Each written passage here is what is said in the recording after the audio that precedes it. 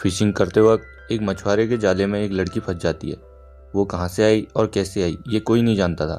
अब आगे क्या होगा ये हम जानेंगे हमारी आज की मूवी ऑनडिन में, जो 2009 में आई एक हॉलीवुड मूवी है। आप सभी से रिक्वेस्ट है कि आप चैनल को सब्सक्राइब करके ऑल नोटिफिकेशन बेल को दबा दें। तो चलते हैं मूवी की तरफ। मूवी स्टार्ट होती है और हम एक मछुआरे सर्कस को देखते हैं जिसके जाले में एक लड़की फंस जाती है। वो लड़की अपने चूतड़ों को हिला रही थी तो वो समझ जाता है कि ये जिंदा है। वो उसके पेट से पानी निकालता है और उससे उसके बारे में पूछता है, पर वो सब कुछ भूल चुकी थी। सर्कस उसे हॉस्पिटल ले जाता है पर वो लड़की नहीं मानती और गुस्से में सर्कस को ही चल निकल कह देती है। फिर सर्कस भी चुप हो जाता है। फिर सर्कस उसे अपनी माँ के घर लाता है जिसकी भरी जवानी में मौत हो गई। वो लड़की को अपना लंच भी वहाँ दे देता है और वो वहाँ से सीधा अपनी बीवी के घर आ जाता है।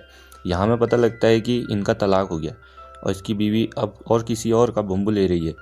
सर्कस की एक बेटी थी जिसकी किडनी खराब थी, उसे ट्रांसप्लांट की ज़रूरत थी।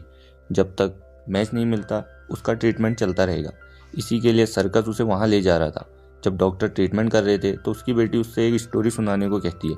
वो कहता है कि एक दिन एक मछुआरे को उसके जाल में फंसी हुई एक छिनाल मिली। इसके बाद उसकी बेटी कहती है कि क्या वो जलपरी थी। उसकी बेटी ने जलपरी की कहानियाँ पढ़ी हुई थी तो इन सब पर वो बिलीव करती थी। वो कहती है कि अगर वो जलपरी है तो उसके पास एक सील कोट होगा। अगर उसे वो बरी कर दे तो वो 7 साल तक ज़मीन पर रह सकती है। यहाँ पर सर्कस की स्टोरी अनकम्प्लीट रह जाती है क्योंकि डॉक्टर उसका ट्रीटमेंट कर चुकी थी। फिर डॉक्टर उसे एक इलेक्ट्रिक व्हील चेयर देती है जिससे वो काफ़ी खुश हो जाती है। जब सर्कस फिर ऐना को अपनी बीवी के पास छोड़कर आता है तो उसकी बीवी उसे भड़वा साला कहकर वहाँ से भगा देती है। यहाँ हमें पता लगता है कि सर्कस और उसकी बीवी शराबी हैं, पर सर्कस अब नहीं पीता। इसके अगले दिन सर्कस उस लड़की से मिलने आया और मच्छी पकड़ने जाने लगा, जिस पे वो लड़की भी उसके साथ जाने की जिद करती है। पर वो कहता है कि लड़की को ले जाना अपने लिए मनुष्यत होती है, जिस पे लड़की कहती है कि मैं कोई मनुष्य नहीं हूँ। जिस पे सर्कस उसे अपने साथ ले गया। फिर सर्कस उससे पूछता है कि क्या तुम्हें तुम्हारा नाम याद आया, तो वो कहती है कि तुम मुझे ऑनडिन बुला सकते हो। इसके बाद वो एक गाना गाती है जिससे सर्कस को बड़ी बड़ी और अच्छी क्वालिटी की मछलियाँ मिल जाती हैं। वो कहता है कि तुम अब रोज़ मेरे साथ आना, मैं जो भी कमाऊंगा उसका कट भी तुम्हें दूंगा। एक ही दिन में ये दोनों काफ़ी करीब आ चुके थे। फिर सर्कस एक कपड़े की दुकान पर ऑनडिन के लिए कपड़े खरीदने जाता है। कच्चे खरीदने में उसे शर्म आ रही थी तो वो कच्चे चोरी कर लेता है। रास्ते में वो अपनी बेटी से मिलता है और कहानी कंटिन्यू करता है। वो कहता है कि वो लड़की गाना गाकर मछलियों को अपने पास बुलाती है जिससे उस मछुआरे को मछलियाँ मिलती हैं। उसकी बेटी कहती है कि जलपरी गाना गाकर ही समुद्र में मछलियों को बुलाती है। फिर इसके बाद सर्कस ऑनडिन को कपड़े देता है और उसे अपनी ठरक की कहानी सुनाने लगता है। ऑनडिन से बात करने के बाद वो प्रिस्ट के पास आता है और ऑनडिन के बारे में सब कुछ बताता है। प्रिस्ट उससे कहता है कि मुझे एक एक बात बताते रहना। नेक्स्ट सीन में एनी ऑनडिन के पास आती है और उसके बाप की ठरकी कहानी को समझ जाती है। ऑनडिन को वो एक जलपरी समझ रही थी तो कहती है मेरी किडनी ठीक कर दो, पर ऑनडिन कैसे जलपरी है ये हम आगे जानेंगे। इसके बाद हम एक आदमी को देखते हैं जो ऑनडिन को ढूंढता हुआ आया है। इस वक्त सर्कस और ऑनडिन मछली पकड़ने गए हुए थे। तभी वहाँ पर कुछ कोस्ट गार्ड आ जाते हैं। वो चेक करते हैं और ऑनडिन को देख लेते हैं, पर वो कुछ नहीं करते क्योंकि लड़की को बोट पर लाना कोई क्राइम नहीं था। जब ये दोनों फिर मार्केट जाते हैं तो सारे आदमी ऑनडिन को खेल करने वाली गुड़िया की तरह देख रहे थे। वो सभी उसके साथ गुल्ली गुच्ची खेलना चाहते थे। दोनों फिर एनी को लेकर ऑनडिन के लिए कपड़े खरीदते हैं। घर आने के बाद ऑनडिन एनी को तैरना सिखाती है। जब ये दोनों नहा रहे होते हैं तो ऑनडिन के पैर में कुछ लगता है। ये एक नेट था और जिसमें कुछ था। एनी ऑनडिन को जलपरी समझती थी तो वो नेट उसका सील कोट समझती है। एनी कहती है अगर तुम इसे गाड़ दो तो तुम 7 साल के लिए यहाँ रह सकती हो, जिस पे ऑनडिन भी मान गई और ये उसे गाड़ देते हैं। अगले दिन जब ये लोग बोट पर थे तब एनी उससे पूछती है कि तुम्हारा हस्बैंड कहाँ है। वो इसका जवाब नहीं देती। दरअसल जो आदमी ऑनडिन को ढूंढ रहा था वही उसका हस्बैंड था।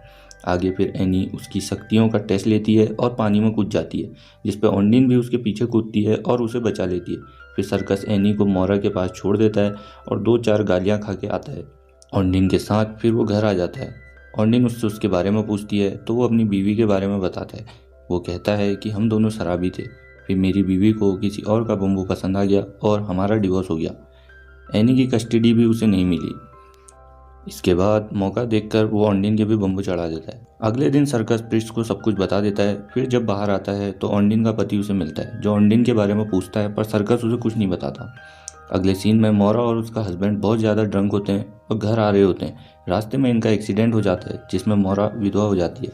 खुशकिस्मती से मोरा के हस्बैंड की किडनी एनी से मैच कर जाती है जिससे एनी का भी ट्रांसप्लांट हो जाता है और अब वो जी सकती थी। अगले दिन मोरा के हस्बैंड का फ्यूनरल होता है, जहां मोरा कहती है कि अब मैं एनी की देखभाल नहीं कर सकती, तो तुम उसे अपने साथ रख सकते हो, पर वो एक शर्त रखती है कि तुम ऑन्डिन के साथ नहीं रहोगे। मोरा और सर्कस भी रात को काफ़ी दारू पी लेते हैं और सर्कस ऑन्डिन के पास जाता है। वो उसे घसीटता हुआ वहीं छोड़ आता है जहाँ वो उसे मिली थी। दूसरी सुबह उसे प्रिस्ट पेड़ पर सोया हुआ देखता है। उसे सब पता था कि ऑन्डिन को वो भगा आया है। प्रिस्ट उससे कहता है कि तू चूतिया है और वहाँ से चला जाता है। एक दिन जब एनी टीवी देख रही होती है तो टीवी पर एक गाना आता है जो ऑन्डिन रोज बोट पर गाया करती थी। इसे सुनकर वो समझ जाता है कि ऑन्डिन कोई जलपरी नहीं थी और वो उसे ढूंढने निकल जाता है। ऑन्डिन तैरते हुए एक अलग आइलैंड पर चली गई थी। सर्कस उससे पूछता है, तुम मुझे सब कुछ सच सच बताओ। तो वो कहती है कि मैं रोमानिया में एक चमिया थी। मेरी हेल्प लेकर एक गैंगस्टर ड्रग्स की डीलिंग करता था। जब मैं मेरे हस्बैंड के साथ बोट पर थी तब पुलिस ने हमें चारों ओर से घेर लिया। वो कहती है मेरा हस्बैंड बहुत ही घटिया आदमी था। उसका हस्बैंड उसे कहता है कि पानी में कूदकर स्विम करके तुम यहाँ से भाग जाओ। वो स्विम करते करते बहुत दूर आ गई थी और जब डूब रही थी तो सर्कस के जाल में फंस गई। इसके बाद ये दोनों घर आ जाते हैं, पर ऑन्डिन का हस्बैंड वहाँ एक आदमी के साथ पहले से था। वो दूसरा आदमी कहता है कि मुझे मेरे ड्रग्स दे दो और उन्हें धमकाता है। हमने मूवी में पहले देखा था कि ऑन्डिन के पैर में एक नेट फंसा था। ये वही नेट था जिसमें ड्रग्स थी।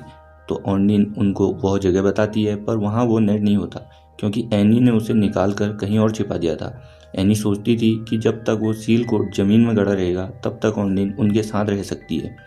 फिर ऑन्डिन उसे समझाती है और एनी उनको वो जगह बता देती है। जब ये लोग उस जगह जा रहे होते हैं तब ऑन्डिन रस्सी खींचकर उनको पानी में गिरा देती है। वो तैरना नहीं जानते थे, इस वजह से वो दोनों मर जाते हैं। इसके बाद पुलिस ऑन्डिन को गिरफ्तार कर लेती है क्योंकि वो यहाँ की सिटीजन नहीं थी, जिस पे सर्कस एक जुगाड़ लगाता है और उससे शादी कर लेता है। अब वो यहाँ की सिटीजन बन गई थी और सर्कस के हाथ को भी आराम मिल गया था और मूवी यहीं ख़त्म हो जाती है। वीडियो अच्छी लगी तो इसे लाइक कर दें और चैनल को सब्सक्राइब करके और नोटिफिकेशन बेल को दबा दें। मैं ऐसी ही मूवीज़ एक्सप्लेनेशन लाता रहता हूँ। तो मिलते हैं अगली वीडियो में, तब तक आप अपना ख्याल रखें।